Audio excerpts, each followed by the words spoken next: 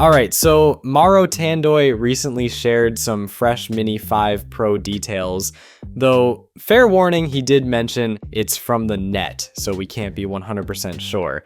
Still, it gives us something to go on, and honestly it's a bit of a mixed bag. There's some exciting stuff, and then there's the kind of news that makes you stop and go, wait, what? Let's start with the elephant in the room, the weight. Word is the Mini 5 Pro might come in at 256 grams. Yeah, 256.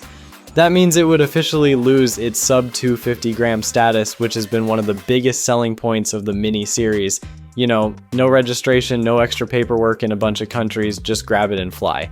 But that could be with the Intelligent Flight Battery Plus, so I believe DJI might offer 2 battery options, like they did before. So we could get a standard battery that keeps the drone under 249 grams, perfect if you want to stay under the radar, literally and legally, and then a plus battery that bumps the flight time way up, but also pushes the drone over the 250 grams mark. So yeah, better performance, but you might need to register it depending on where you live. That way they cover both the casual flyers and the power users.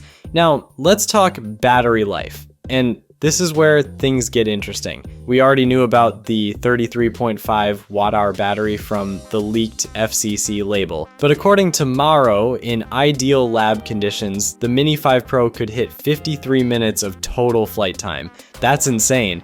For reference, the Mini 4 Pro maxed out at 45 minutes with its Plus battery.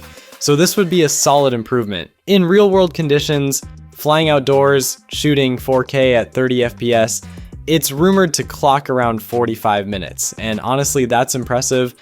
The Mini 4 Pro usually lands somewhere around 30-35 minutes. With the standard battery, maybe over 40 with the Plus, so if the Mini 5 Pro can hit 45 consistently, that's a big win for creators who want more time in the air. But then there's this weird mention of 5 minutes of battery life under rigorous FCC tests. Yeah, 5. That sounds scary, but it's probably from some extreme power draw scenario that doesn't reflect normal usage. Not something to panic about just yet. Moving on, transmission range. This one's fun. The Mini 5 Pro is rumored to be using OcuSync O4 Plus, and it might stretch the range up to 25 kilometers. That's reportedly 108% farther than the Mini 4 Pro. Now, if we're being precise, 108% farther than 20 kilometers would land us somewhere around 41 kilometers, not 25. So either the math's a bit fuzzy, or someone got a little excited with the numbers, but still, 25 kilometers is plenty for most people. Unless you're flying from one town to the next, you're probably never maxing that out.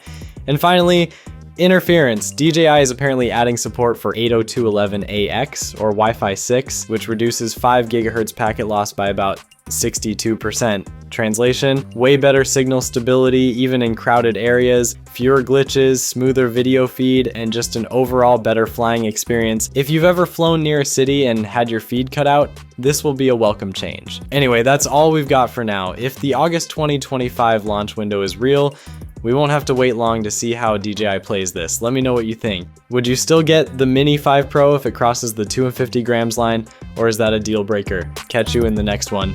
Peace.